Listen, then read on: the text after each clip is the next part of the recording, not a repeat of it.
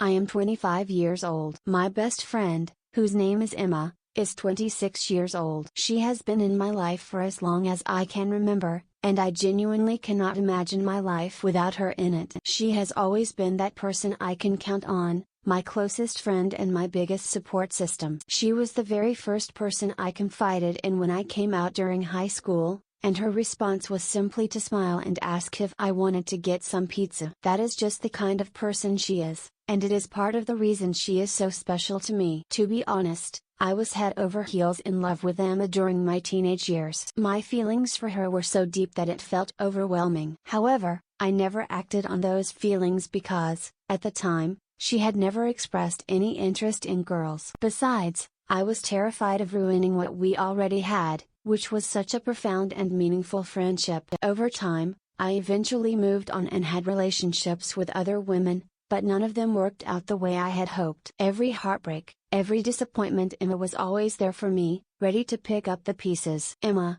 for her part, has always been a private person when it comes to her love life. During high school, she was not really interested in dating, which was completely understandable given the tragic loss of both her parents when she was only 16 years old. The grief she endured was unimaginable, and it created walls around her heart that few people could get through. Over the years, she managed to rebuild herself, and by college, she met a guy named Adam. They were together for almost 6 years, and during that time, I genuinely thought they were happy together. Last summer, Emma and Adam decided to part ways. From what Emma told me, it was a mutual decision based on growing apart. Around the same time, my own relationship ended in a devastating way when I discovered that the girl I had been dating for 3 years had cheated on me with multiple people. That heartbreak was one of the hardest things I had ever endured, and Emma was once again there to support me. With both of us newly single, we naturally started spending more time together. We would watch movies,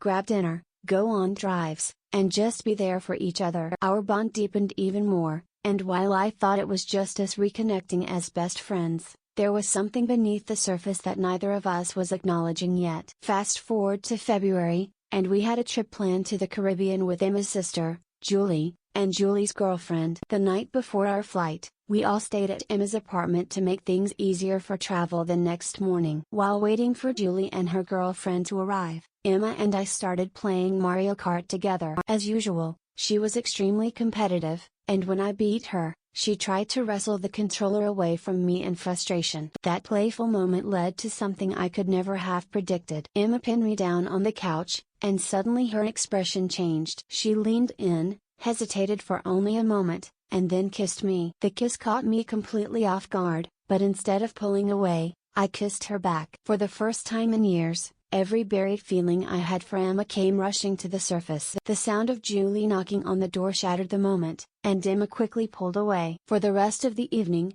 everything felt awkward between us. Julie and her girlfriend even noticed and commented on how strange we were acting, but we brushed it off. Emma and I were sharing her bed that night, something we had done many times before, but this time it felt entirely different. I almost left the apartment altogether, but I could not bring myself to run away. When I got into bed, Emma was already lying down, looking emotional. She apologized for kissing me and admitted she had no idea why she had done it, but she did not regret it either. She asked if we could have a proper conversation about it when we arrived at the resort because she was not ready to unpack everything that night. When we finally got to our hotel, Emma opened up to me in a way she never had before. She admitted that she was not straight, that she had always been interested in both men and women, but that she had kept it to herself. She explained that when we were teenagers, she had been aware of my crush on her, and because she was not ready to explore her own feelings back then,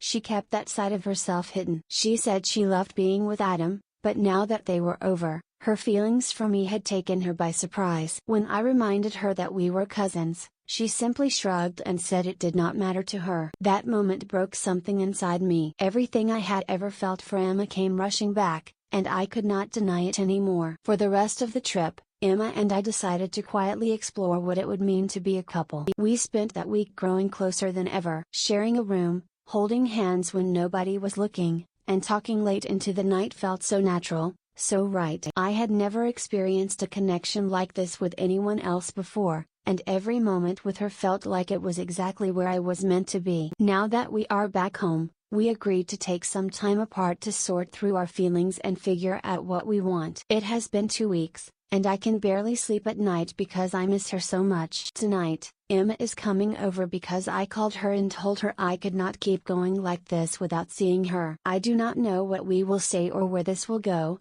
but I know one thing for sure. I love her.